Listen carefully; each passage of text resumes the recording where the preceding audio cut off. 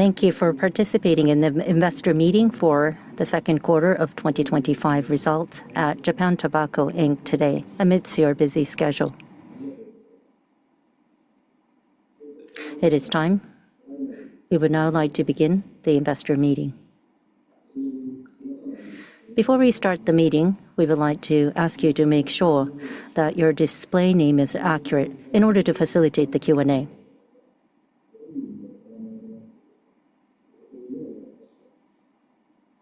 Thank you for your cooperation. It is now my pleasure to introduce our CFO, Mr. Furukawa, please. Good afternoon. I am Hiromasa Furukawa, CFO of the JT Group. Thank you very much for coming to the investor meeting. I will begin by explaining our 6-month consolidated results for the fiscal year 2025.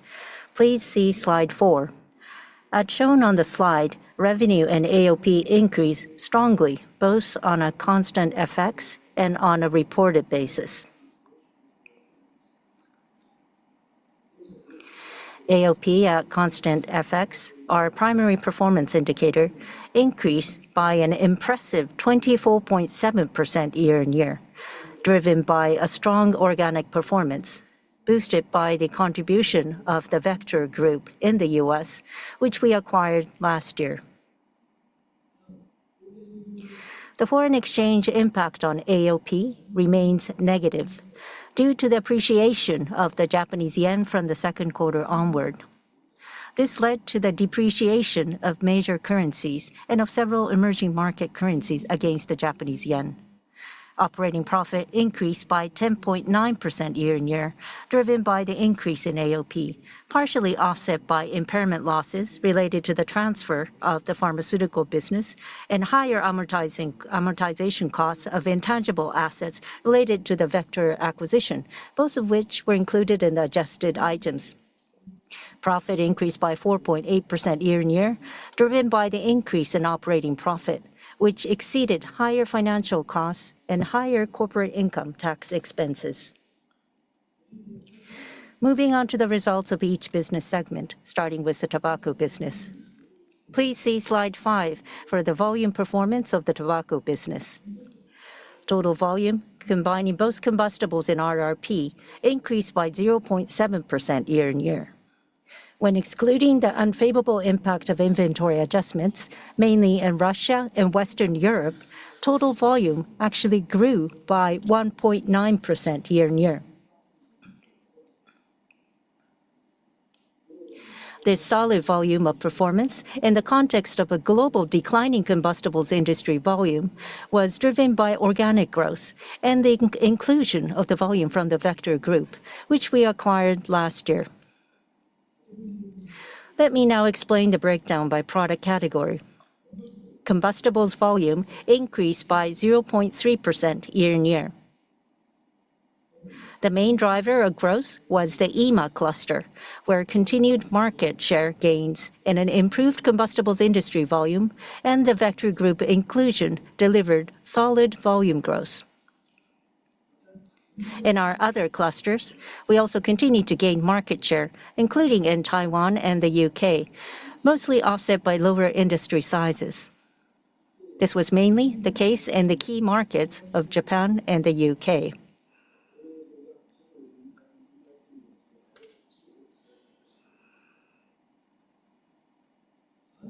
RRP volume grew by a significant year-on-year increase of 20.2%.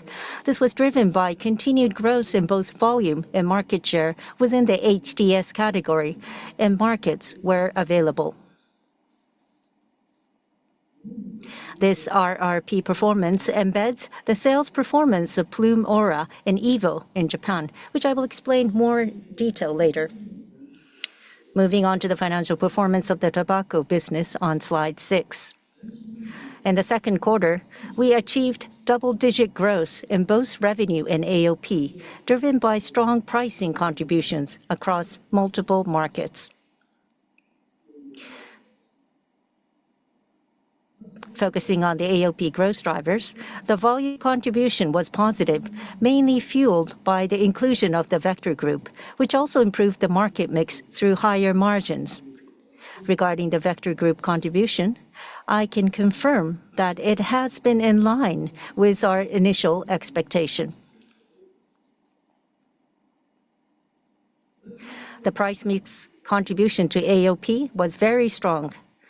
Pricing contributions in many markets, including the Philippines, Russia, and the UK, outweighed the lower product mix, mainly due to downtrading in Japan and the Philippines.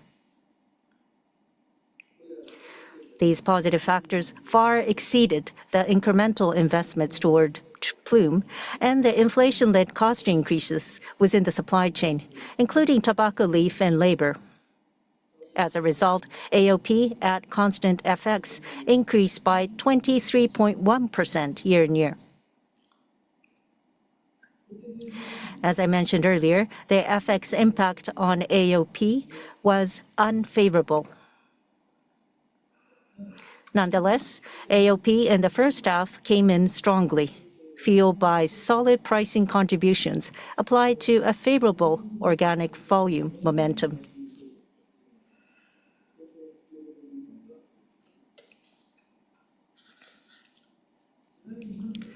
Slide 7 reviews the performance of the 3 clusters in the tobacco business. The graphs on this slide show year-on-year variances in total volume, core revenue, and AOP at constant FX for each cluster.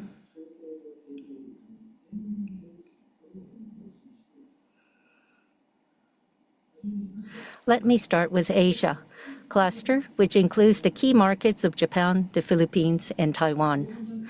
Despite growth in the second quarter, total volume in the first half decreased by 0.4% year-on-year, mainly due to lower combustibles industry volume in Japan and Taiwan, partially offset by market share gains in several markets, including Bangladesh and Taiwan, and higher Plume volumes in Japan.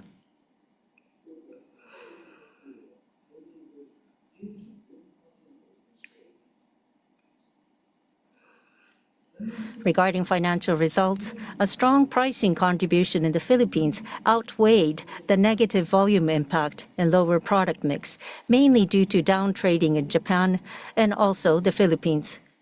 These factors resulted in higher revenue and AOP at constant FX. Turning to Western Europe, which includes the key markets of Italy, Spain, and the UK.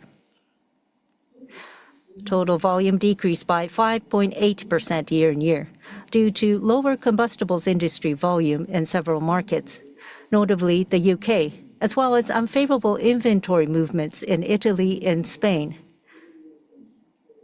These factors exceeded the positive share momentum in several markets, including Germany and the UK, combined with continued Plume share gains in the HTS segment.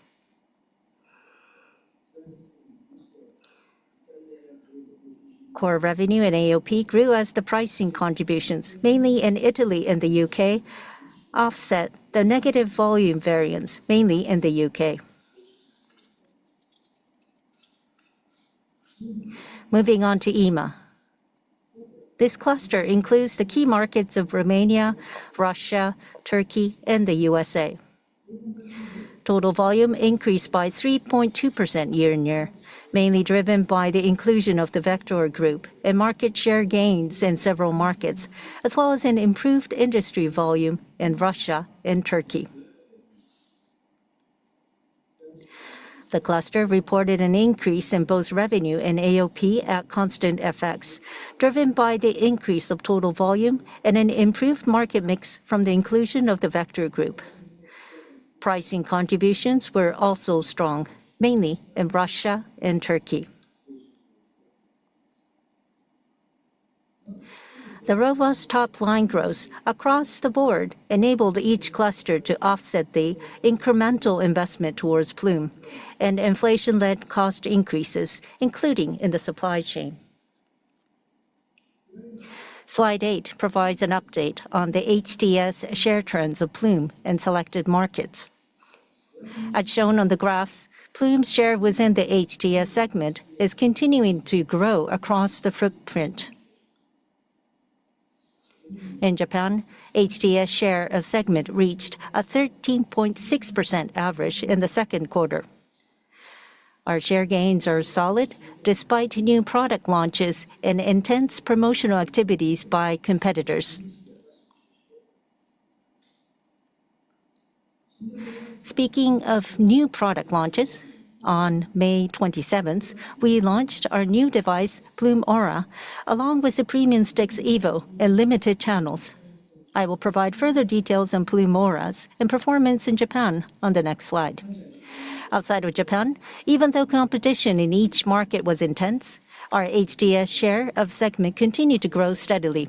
This is driven by the adjustment of our go-to-market approach, including the expansion of distribution networks, promotional activities such as collaboration with various events, and use of pop-up stores, as well as marketing efforts leveraging digital media and online platforms. Slide 9 explains the performance of Ploom Aura in Japan. In Japan, after the pre-launch at the end of May, we expanded the availability of Aura nationwide on July the 1st. We are very encouraged by the strong start of Aura and Evo sticks. As you can see from the graph on the left, cumulative device sales of Ploom Aura have exceeded those of the previous model, Ploom X, by approximately 3 times in the first 3 weeks of nationwide expansion under the same conditions. This significantly surpassed our past sales records for HTS devices. Importantly, after the launch, cumulative device sales have continued to grow steadily. Customer feedback includes comments such as, "Product offers a stronger kick with a rich and satisfying taste, and design has become slimmer and more comfortable to hold," indicating high evaluations by consumers for the major renewal points of taste and design. Regarding the Premium Stick Evo, we have also received very positive feedback such as expected from a premium brand, the flavor is rich and delicious, and it's worth purchasing even at 550 yen. As a result, as shown in the graph at the top right of the slide, HTS share of segment growth in Japan has accelerated since the launch of Ploom Aura and Evo.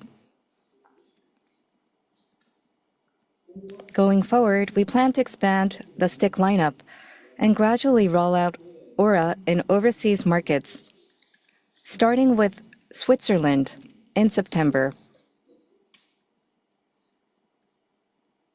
These developments give us confidence in our ability to continue expanding our market share, both in Japan and overseas, and keep us on track to deliver on our 2028 RRP ambitions. Next, I will explain the results of the processed food and pharmaceutical businesses, starting with the processed food business. Revenue increased by 2.9 billion yen year-on-year, driven by the positive impacts from price revisions this year and higher sales of packaged cooked rice in the frozen and ambient food business. However, this revenue increase could not offset higher raw material costs such as rice, resulting in an AOP decrease. Moving to the pharmaceutical business. Revenue increased by 4.3 billion yen year-on-year, driven by the sales increase in the area of skin disease and allergen at our subsidiary Torii Pharmaceutical and increased overseas royalty income. AOP was broadly stable as the revenue increase offset higher SG&A expenses.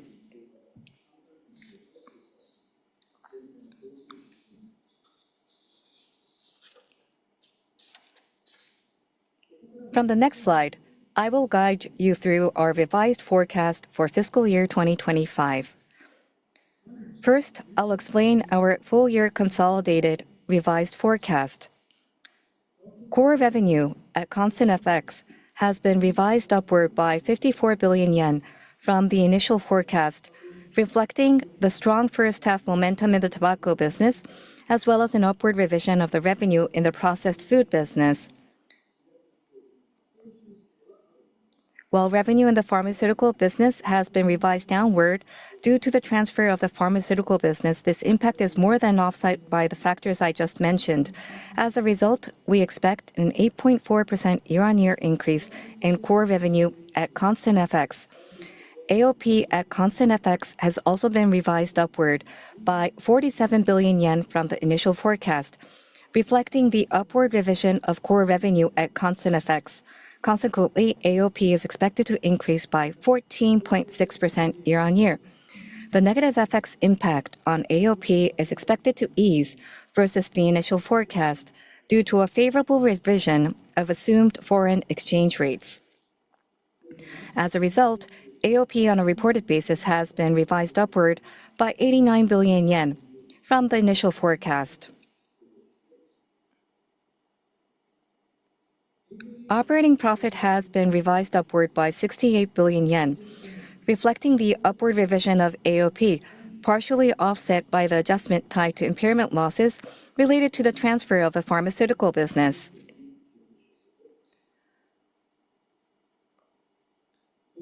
Profit has been revised upward by 44 billion yen, driven by the increase in operating profit, partially offset by higher financial costs. Free cash flow has been revised downward by 112 billion yen. Despite cash inflows related to the transfer of the pharmaceutical business and the upward revision of AOP, this is due to the expected initial payment related to the comprehensive settlement of the Canadian litigations, which was not incorporated in the initial forecast, and higher working capital. Compared to the previous year, we expect an increase of 65.5 billion yen due to the payment made last year for the acquisition of Vector Group.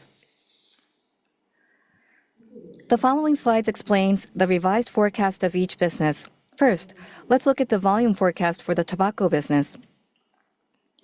Total volume combining combustibles and RRP has been revised upward, reflecting the share growth in combustibles and the improved industry volume in several markets. In the second half, we expect total volume to decline year-on-year, mainly due to the lapping of the Vector Group acquisition in October. As a result, we're expecting total volume to decline by approximately 1% year-on-year.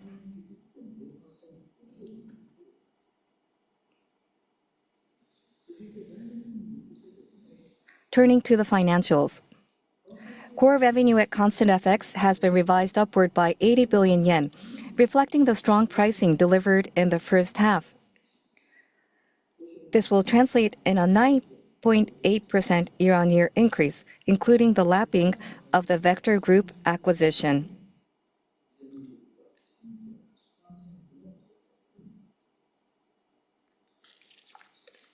The robust top-line performance will enable us to make additional investments in Ploom, resulting in AOP at constant FX being revised upward by 42 billion yen.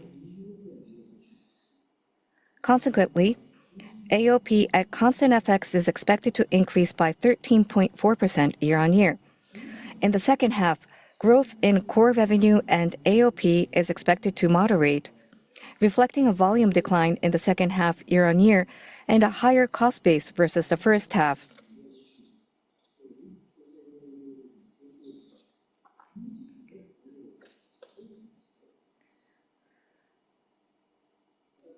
Although FX impacts are expected to continue to have a negative impact, the revision of assumed exchange rates is expected to reduce the extent of this negative impact compared to the initial forecast.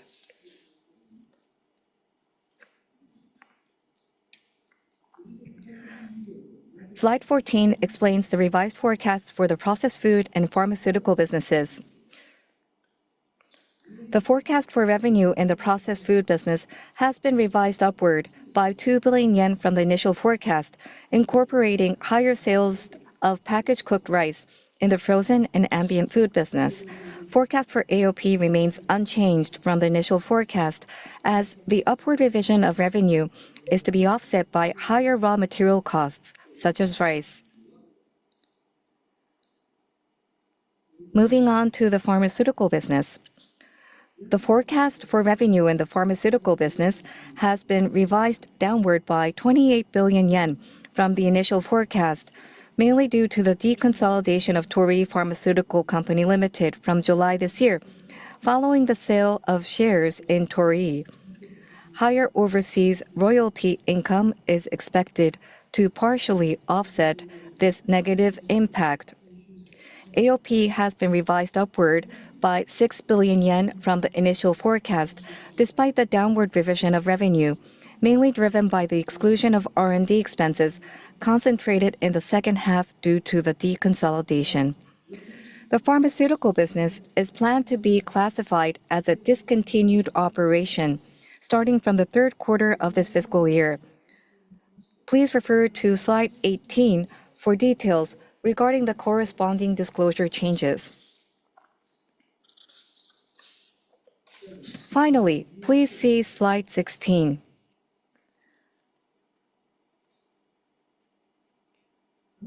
The first half results were very strong. The pricing contribution in the tobacco business was a significant driver of this performance, alongside the inclusion of the Vector Group, which contributed in line with our initial expectation. As a result, AOP at constant FX increased by 24.7% year-on-year, marking substantial growth. In HTS, our focus area, Ploom market share has been steadily expanding. We are also seeing strong momentum for Ploom Aura and Evo in Japan since July.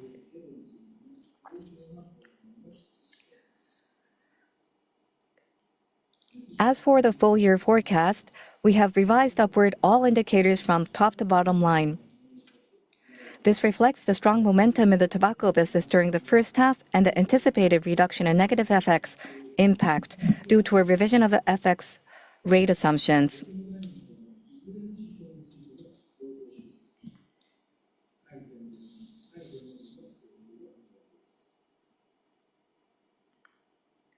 Finally, shareholder returns. This is the first time we are making this announcement in conjunction with second quarter earnings release. Based on the revised forecasts and our shareholder return policy, we plan to revise the annual dividend guidance upward by 14 yen from 194 yen to 208 yen. As I mentioned in the first quarter results announcement, we determined the dividend for the current period based on the payout ratio calculated on the continuing operations basis. The payout ratio will be 74.9% based on the figure which is shown on slide 18. This concludes my presentation. Thank you very much for your attention.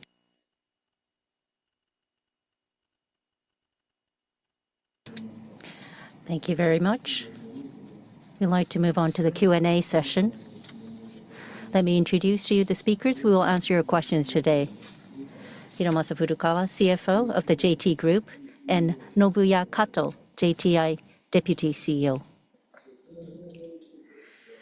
Now I would like to show you how to ask questions.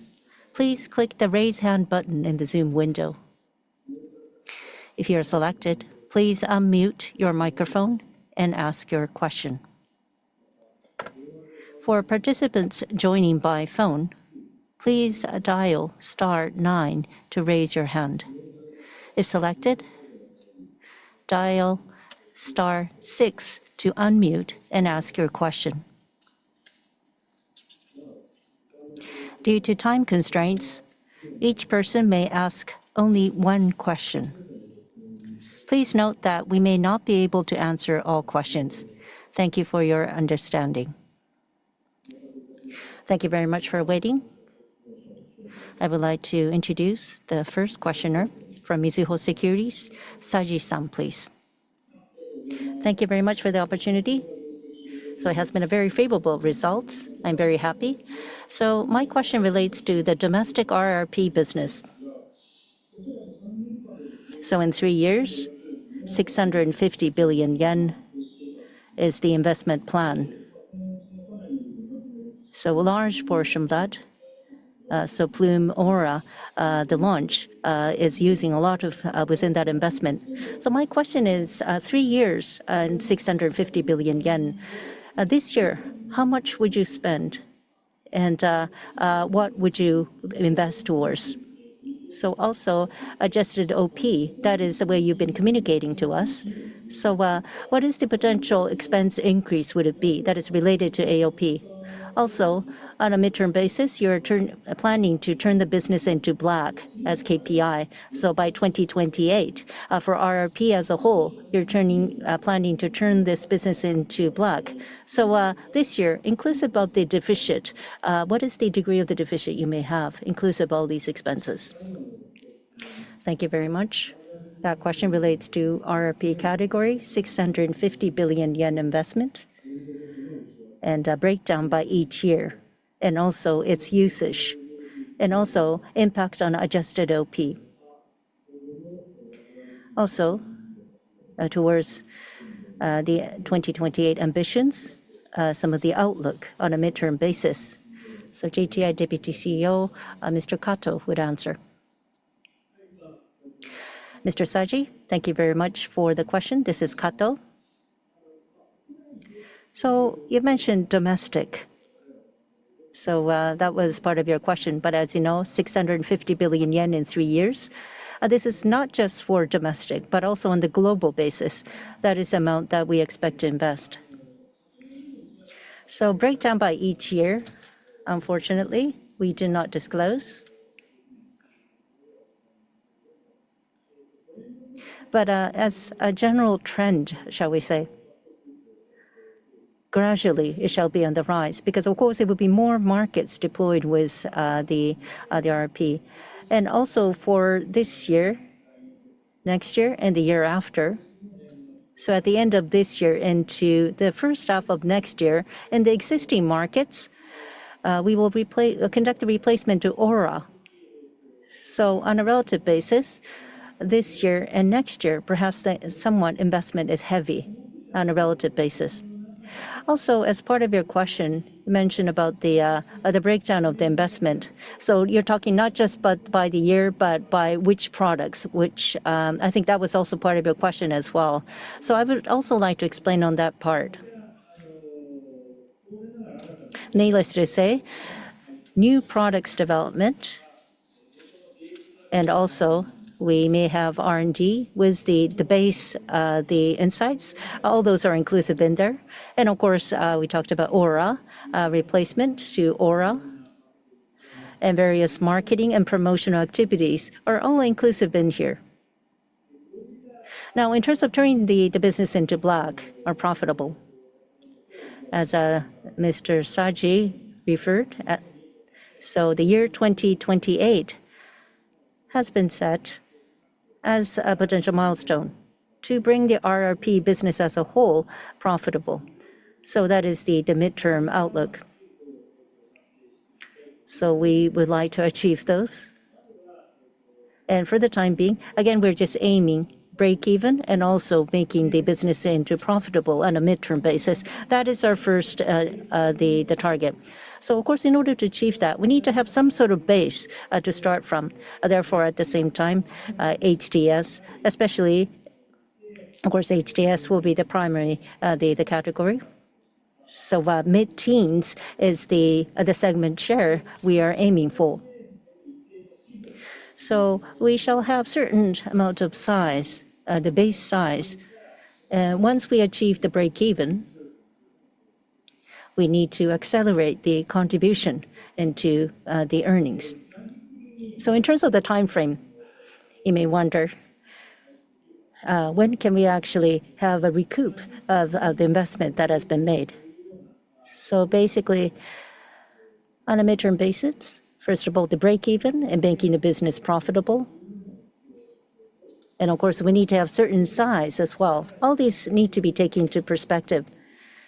And beyond that, we would also need to accelerate the contribution into earnings development. So on the long-term basis, perhaps a bit more on the longer tapis, we would like to recoup the investment that we have made. So that is all in terms of my answer. Just one point to add on. In terms of adjusted OP, what is the potential expenses or costs that would hit the AOP? Because the investment amount is quite large, I believe some are concerned about the potential cost and expenses. So the expenses that would hit the AOP, how much would that be for this fiscal term, roughly?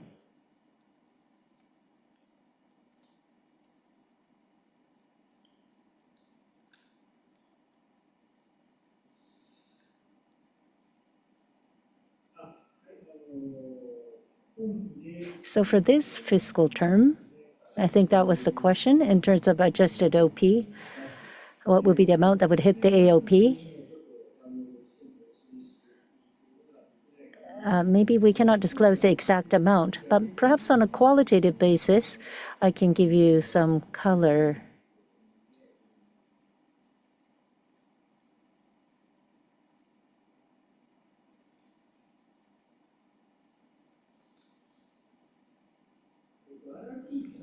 So if we look at, we don't have a number specifically for RRP. We cannot disclose that number specifically for RRP. So for this fiscal term, on a full year basis, in terms of AOP, on a current constant FX basis, 13.4% growth year on year is expected. So by different, there are some positive drivers and there are some negative factors, which would be the cost. So within that, where it says others, that is negative, and also it will be realized as cost. So perhaps we can give you the breakdown within this others. So within the others, so we have the cost, the COGS accounts for about half of that within the others. And the marketing cost, just short of 30%, and OPEX, around 25%. So that is the breakdown. So the marketing expenses accounts for quite a large portion within the investment. So within the cost, it's just short of 30% in terms of marketing. But of course, this relates not just to RRP, but also in markets where RRP is not deployed, that is for combustibles. We are also spending the market expenses as well. So again, just as a reminder, this is not just for RRP.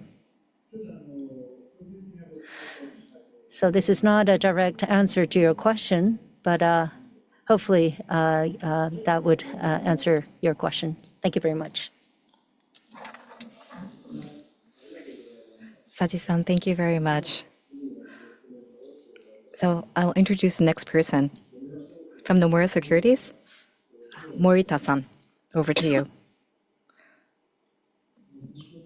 This is Morita from Nomura Securities. Thank you for taking my question.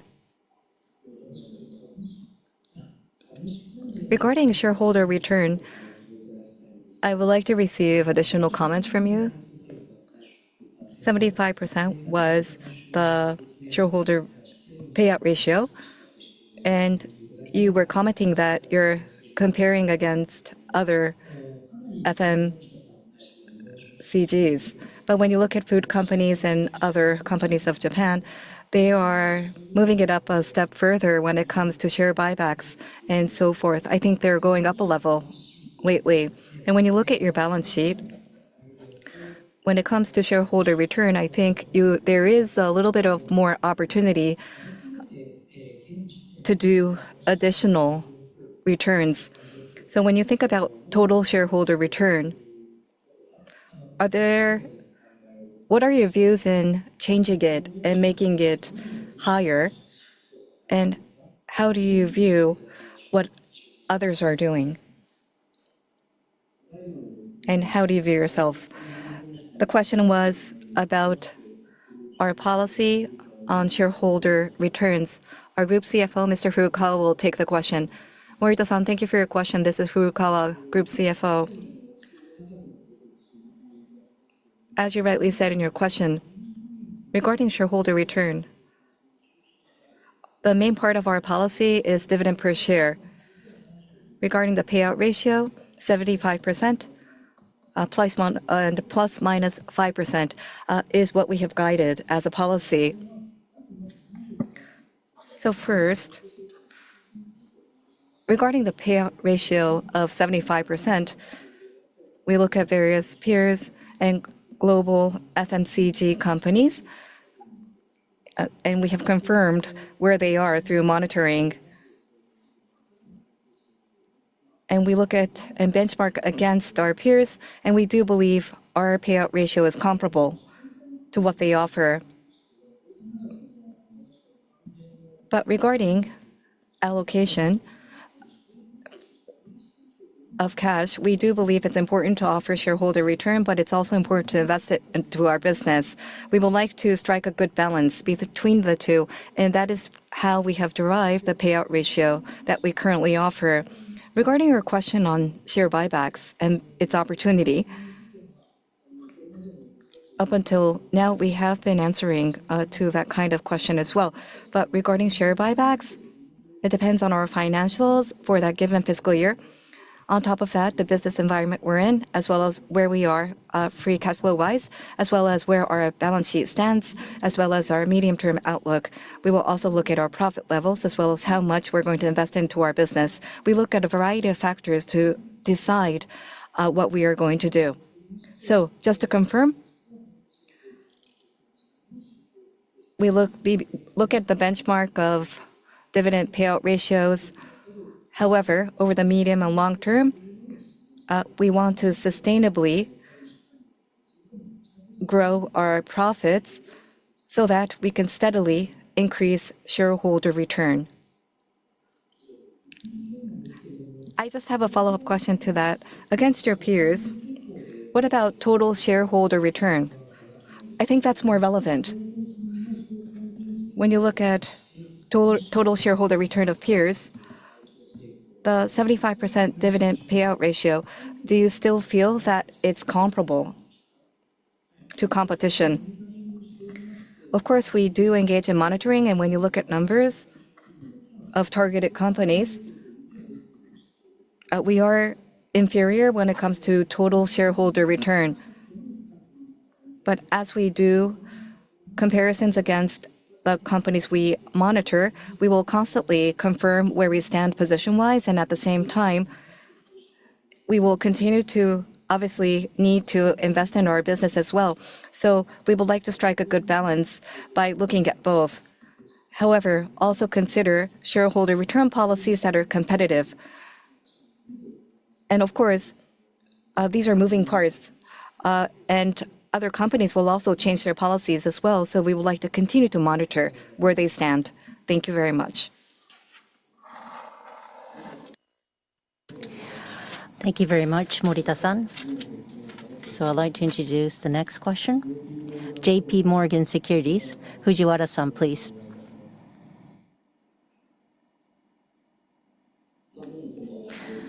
Hello, this is Fujiwara from JP Morgan Securities. Thank you very much. I have one question related to the tobacco business on a constant FX basis. How should we look at the AOP going forward? So you talked about the second half. It is not expected to grow that much, maybe just a slight decline in terms of the profit. You've explained that within the presentation, but I'd like to hear more details related to that. Also, for the business plan 2025, the business plan, so high single-digit growth is expected. So this term, 13% growth has already been planned. So next year onwards, high single-digit growth, could you realize this? Because it appears as if the base has been lifted. So next fiscal term onwards, if you can share with us your outlook. So that is my question. So the question was related to this year's and the remaining period. What is the AOP for tobacco business? Also, next year onwards, what are the outlook and the thoughts related to the earnings growth? So Kato-san will give you the answer. Fujiwara-san, thank you very much for that question.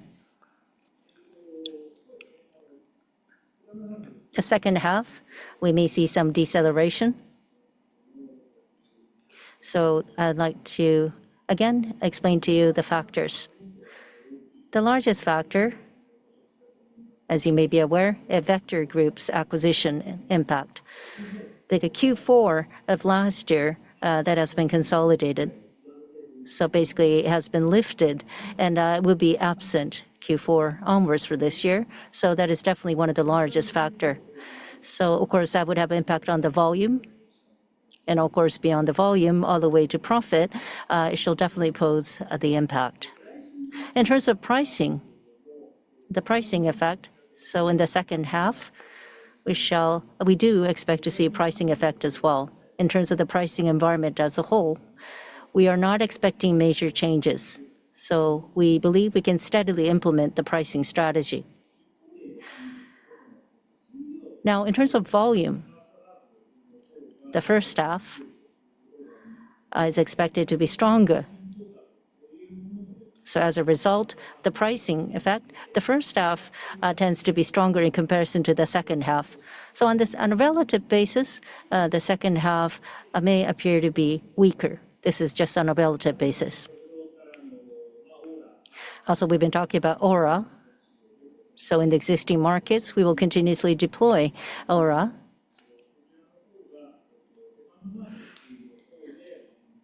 Now, the replacement will be proceeded more in the second half of this year. And in relation to that, investment should grow in the second half. So these are some of the factors we are expecting in the second half.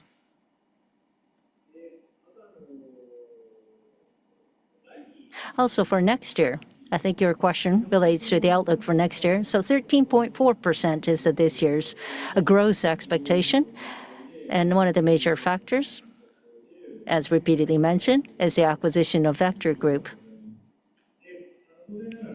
Needless to say, this year we shall see the full year impact, and next year we shall see an acquisition, the effect. So of course, the simple sort of a positive effect from the acquisition will be absent next year onwards. So that is perhaps why Fujiwara-san is posing the question, why, what do we think of next year onwards? So we're still in the midst of this year. So we cannot really comment on next year at this particular moment. But perhaps I can give you some explanation on a qualitative basis. So 13.4% of a full year gross expectation, this number. Certainly, the Vector acquisition impact is inclusive in there in large portion. But at the same time, organic contribution, organic growth has been very robust as well. And that is the reason why we have set the guidance for 13.4%. So strong momentum is there. And we are hoping that this will be continued next year onwards. So that is we can share with you at this moment. Understood. Thank you very much.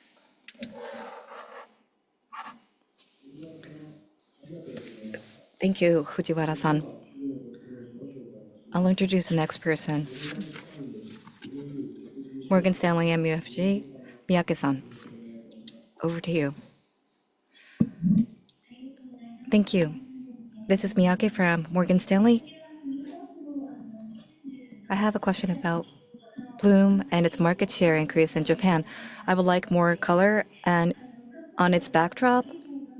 This time, the premium price range of Evo was also launched, and you are also going to raise the prices of Mevius as well.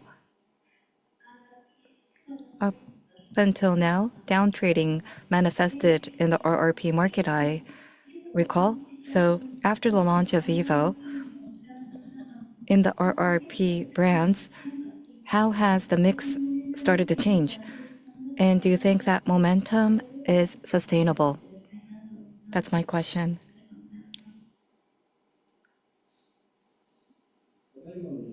The question was about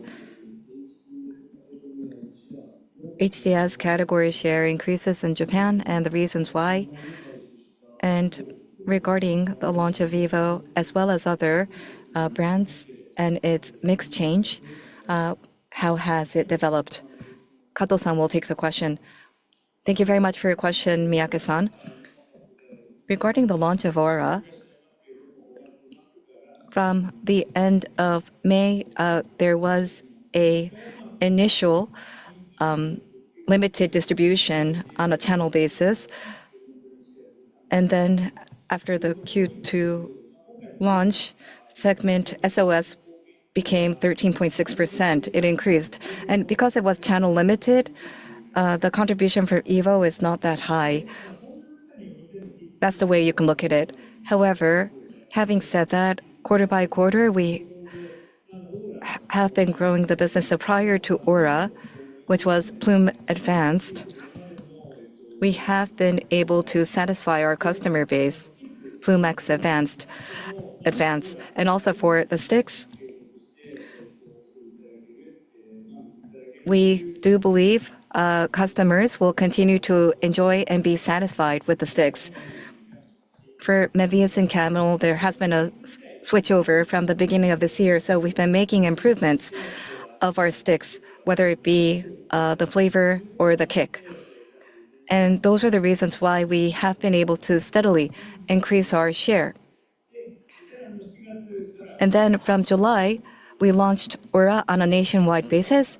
And as Furukawa-san explained in the presentation, when you look at July, segment share has been growing by approximately 2 percentage points. And looking at the 2 percentage point increase, our view is that because of the new Aura device, whether it be Evo or Mevius or Camel sticks, the flavor as well as the kick has become better due to the new device. And I believe that has served as a positive.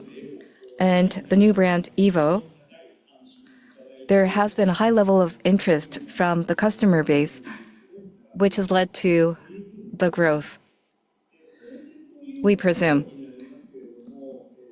In terms of mix, we are not able to go into detail, unfortunately, but as of the month of July only, for Mevius as well as for Camel,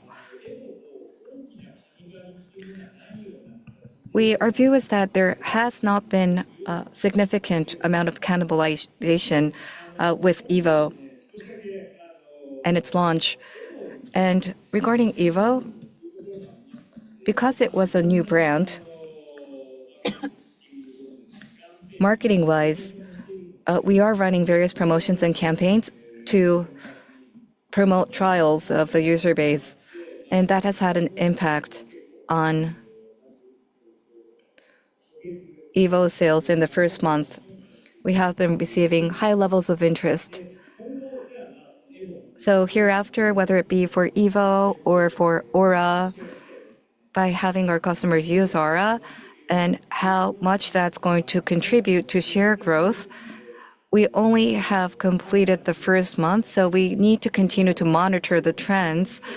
But as a first month of the launch, our view is that we are off to a very good start. And when you hear out customer feedback, there's a lot of positive, extremely positive feedback so far. So we are feeling good response from this launch, and we have high anticipations towards the future. We are deepening our confidence. Also, I think you also mentioned this in your question, but going forward for Mevius, with the price increases that we are going to do for Camel, Mevius, and Evo, there will be 3 price ranges available. So I'd like to talk a little bit about the way we look at our portfolio. So broadly speaking, price range-wise, we would like to have different brands be allocated in a balanced way so that we can enhance our profitability. And we will also like to respond to diverse range of customer demand. So that's the sort of portfolio we would like to build by having these brands in place. To go into further detail, for Mevius, including RMC, many customers support Mevius. It's popular, and also up until now, it has continue to be loved by customers because of its flavor and quality. We would like to continue to succeed those properties as we extend the lineup of products. And amongst the three brands, it will be in the middle in order to cater to extensive preferences of the customer base. For Evo, this is a dedicated brand for HTS. It has been first time ever for JT to do this. And also for Aura, you are able to have a very rich and flavorful experience. We have adopted extremely high-end quality tobacco leaves. So it's HTS Aura dedicated as a brand. And we are able to deliver high quality through this brand, reflected in its price point. And for Camel, it's in the value price range category. So the prices are affordable, but on the other hand, we don't compromise when it comes to flavor and quality. In this regard, we have three brands under three price categories, and by having this kind of different positioning, we are able to communicate different types of features and characteristics so that the customers can enjoy based off their preference. So that's the kind of optimal portfolio we would like to build. And by doing so, we would like to enhance our share. Thank you very much. I just have a follow-up question to that. By rolling out Aura and launching Evo, what kind of users are you anticipating? Are they coming from competition? Are they coming from combustibles, and are they converting as well? Well, according to our data, as you rightly said, competitor HTS users have been captured, and also combustibles users, including competitor combustibles users, have been coming as well. And whether it be for the Aura device, the segment share has been increasing, although it's just the first month, which we believe is proof that we have been able to capture share from competitor HTSs. So it's very encouraging because the data matches with our internal data. So we have been deepening our confidence. Thank you.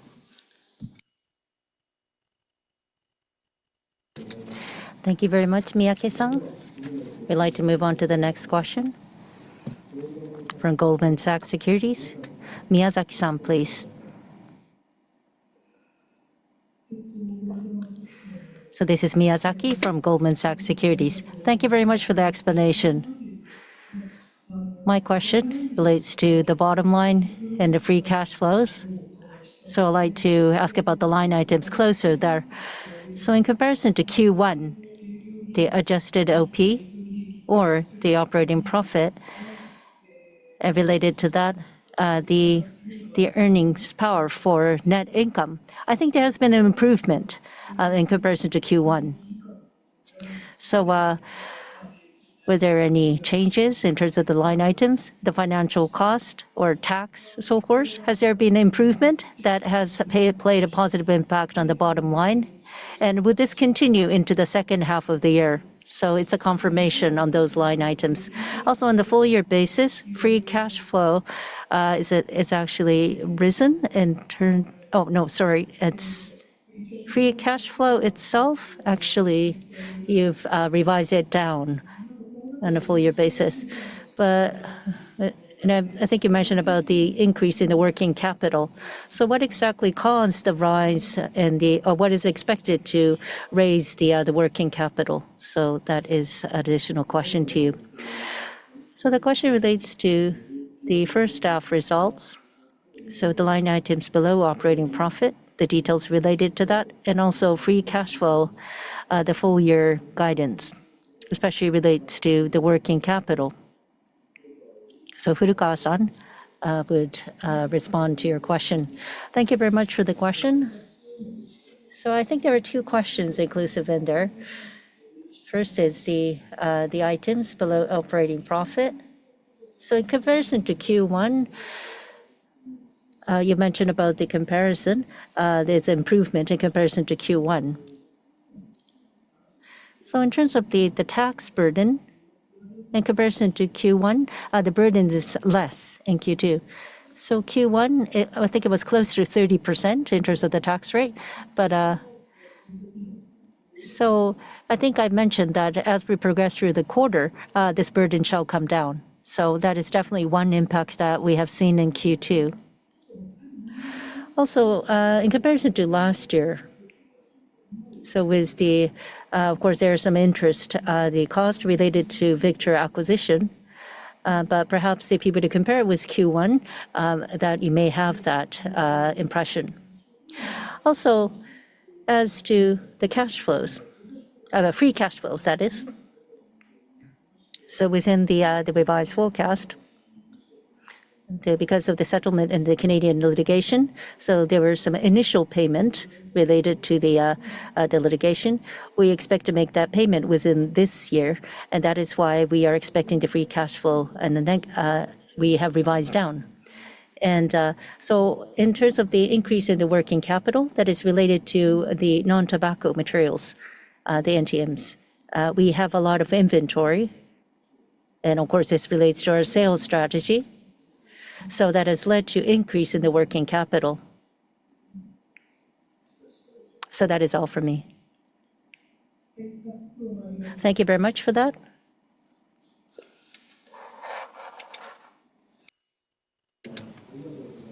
Thank you, Miyazaki-san. We're drawing close to the close, so the next person will be the last question. From SMBC Nikko Securities, Furuta-san, please. This is Furuta from SMBC. Thank you for taking my question.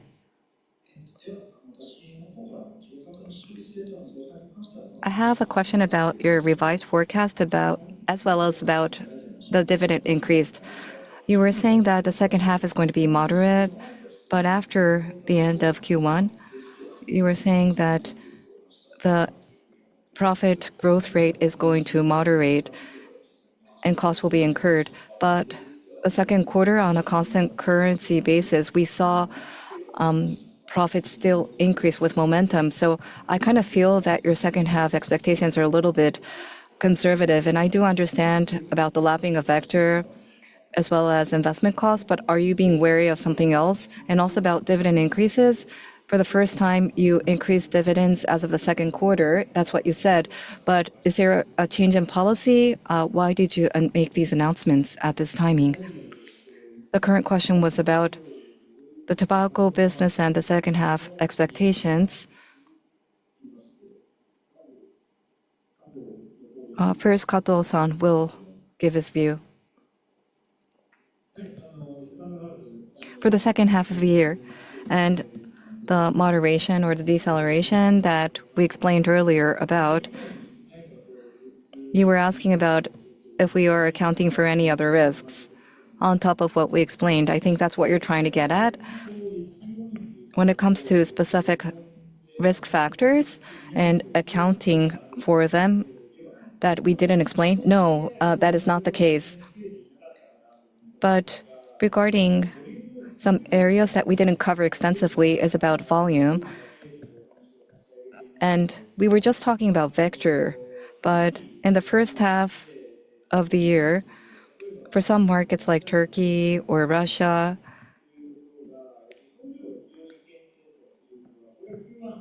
total industry volume was extremely brisk.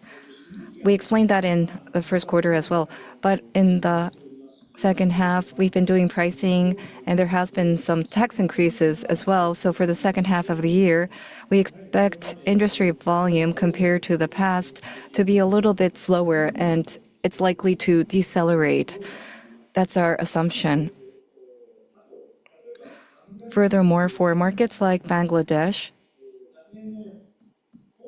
As of last year, in the second half, latter half, we launched some new products,